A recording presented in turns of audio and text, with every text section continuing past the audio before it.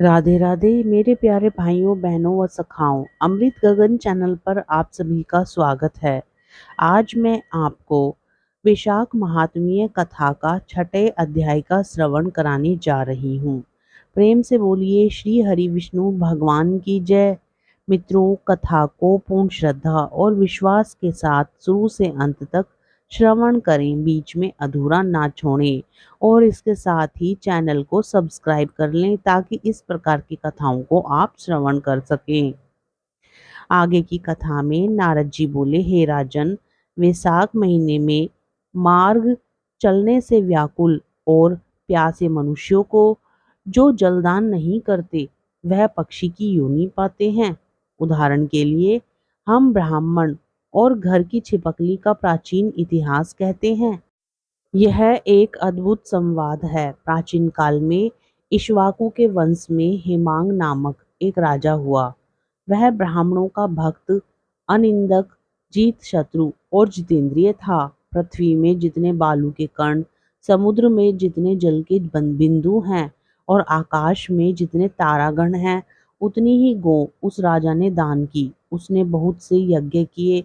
उन यज्ञों की कुशाओं से पृथ्वी पर कुशा ही कुशा दिखाई देने लगी तथा गौ, भूमि, तिल और स्वर्ण दान से बहुत से ब्राह्मणों को प्रसन्न किया। कोई ऐसा दान नहीं जो उसने नहीं किया। परंतु हे राजन, सुख की इच्छा करने वाले उस राजा ने एक जल दान नहीं किया। ब्रह्मपुत्र महात्मा वशिष्ठ जी ने उसे ज्ञान भी कराया कि जल दान करो, परंतु उसने दुर्बुद्धि और हेतुवाद से कहा कि जल तो बिना मूल्य ही मिलता है, इसे दान करने वाले को क्या फल मिलेगा। ऐसी अनेक बातें कही और ब्राह्मण को जलदान नहीं किया और कहने लगा कि अलभ्य वस्तु दान करने से पुण्य मिलता है और यह ठीक भी है। वह राजा लूले, लंगड़े, दरिद्री और जीविकाहीन ब्राह्मणों की सेवा तो करता था, किंतु वेद पाठी, तत्वज्ञानी और ब्रह्मवादियों की पूजा नहीं करता था। वह राजा कहा करता था कि विख्यात ब्राह्मणों की पूजा सेवा तो सभी करते हैं, परंतु अनाथ, बिना पढ़े लिखे, लूले, लंगड़े ब्राह्मण और दरिद्रियों की बड़ी दुर्गति है। अतएव ऐसे ही लोग मेरी दया के पात्र हैं। इस प्रकार वह दुर्बुद्धि कुपात्रों को दान देता रहा। इस महादोष के कारण 3 जन्म तक उसे चातक की योनि मिली। फिर 1 जन्म गिद्ध बना और 7 जन्म कुत्ते की योनि में रहा। फिर हे राजन, वह एक राजा के घर छिपकली की योनि में जाकर रहा। उसका नाम श्रुति कीर्ति था और मिथिलापुर का राजा था। छिपकली घर के दरवाजे की चौखट के ऊपर कीड़ों को भक्षण करती हुई 87 वर्ष तक वहीं रही। एक दिन देव योग से मुनियों में श्रेष्ठ श्रुति देव नामक ऋषि दोपहर के समय मार्ग से थके मिथिलापति के घर आए। ऋषि को देखकर राजा अत्यंत प्रसन्न होकर सहसा उठकर बड़े आदर सत्कार से मधुपकारती से पूजन कर चरण धोने लगा और चरणोदक को अपने मस्तक पर छिड़का। तब देव योग से एक बूंद जल उस छिपकली पर गिर पड़ा। जल की बूंद पड़ते ही उसे ज्ञान हो गया और नाना योनियों में दुखों से दुखित हो ब्राह्मण देवता से हाय हाय कर कहने लगी कि हे ब्राह्मण, मेरी रक्षा करो। एक छिपकली का ऐसा शब्द सुनकर ब्राह्मण को बड़ा आश्चर्य हुआ और वह कहने लगा, हे गोधा, तू कहाँ है? क्यों विलाप करता है? तेरी यह दशा कैसे हुई? तू देवता है कि पुरुष है, या कोई राजा है अथवा ब्राह्मण है?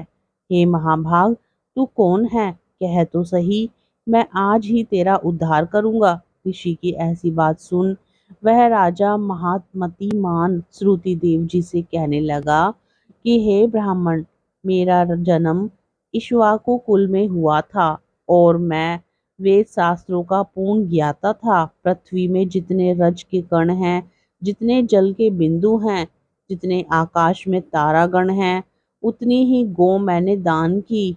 मैंने सभी यज्ञ किए, वापी, कूप और तालाब बनवाए, अनेकों दान दिए और धर्म पूर्वक राज्य भी किया।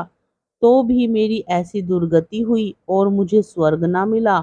3 जन्म तक मुझे चातक योनि मिली और 1 जन्म में गिद्ध हुआ, फिर 7 जन्म तक कुत्ते की योनि पाई।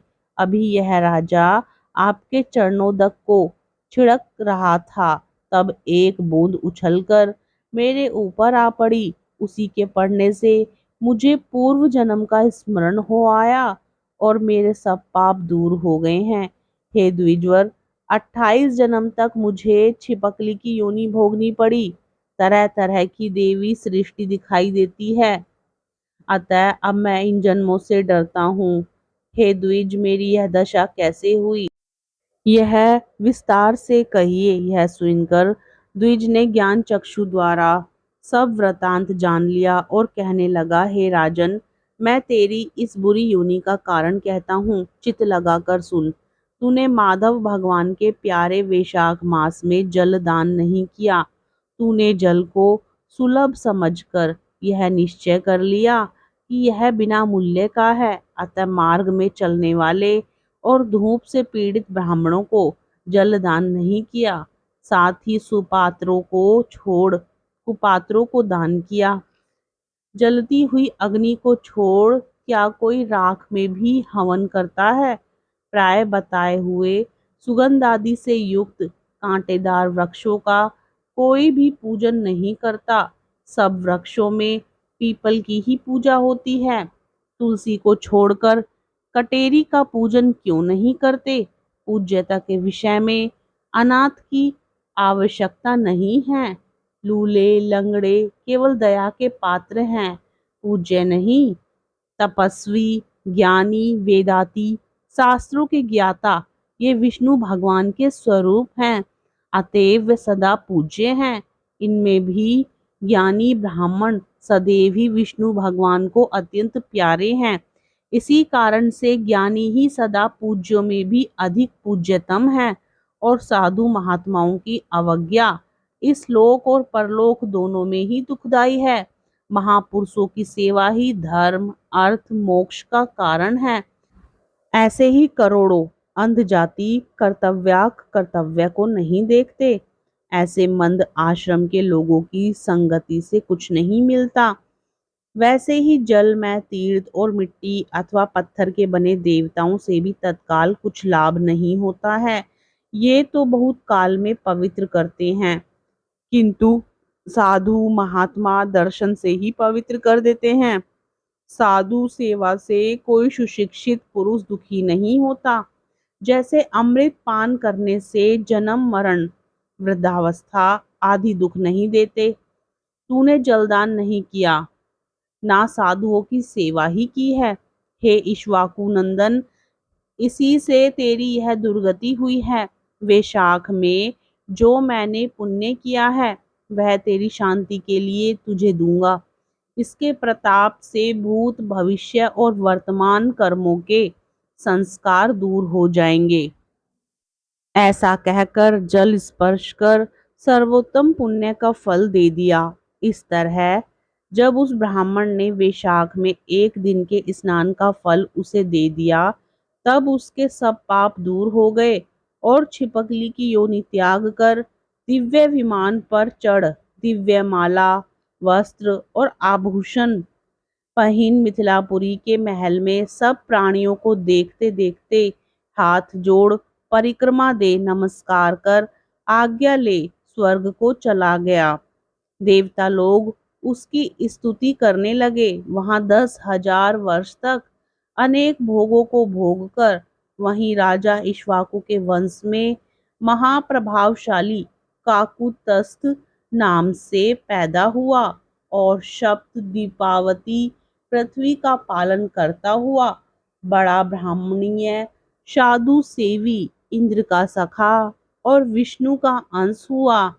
तब वशिष्ठ जी ने वैशाख मास में सब कर्तव्य धर्म सुनाए, जिनके करने से उसके सब दुख दूर हो गए और दिव्य ज्ञान को पाकर विष्णु की सायुज्य मुक्ति को प्राप्त हुआ। इसलिए ये है वैशाख संपूर्ण शुभ फलों को देता है। इसमें जो मनुष्य यथोक्त धर्म करता है उसकी आयु और यश बढ़ता है, पाप दूर हो जाते हैं, पुरुषार्थ चतुष्टय की प्राप्ति होती है और विष्णु भगवान प्रसन्न होते हैं।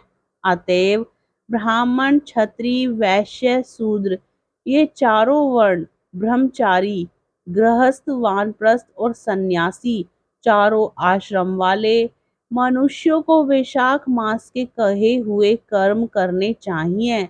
बोलिए श्री हरि विष्णु भगवान की जय। वैशाख मास की जय। मित्रों, हम आशा करते हैं कि आज की कथा आपको जरूर पसंद आई होगी। तो इसके लिए हमारे चैनल अमृत गगन को जरूर सब्सक्राइब कर लें और साथ ही अपने रिश्तेदारों को भी सब्सक्राइब करने के लिए कहें। वीडियो को शेयर करें, कमेंट बॉक्स में श्री हरि विष्णु भगवान की जय लिखें और साथ ही वीडियो को लाइक भी करें। राधे राधे। जय श्री कृष्णा।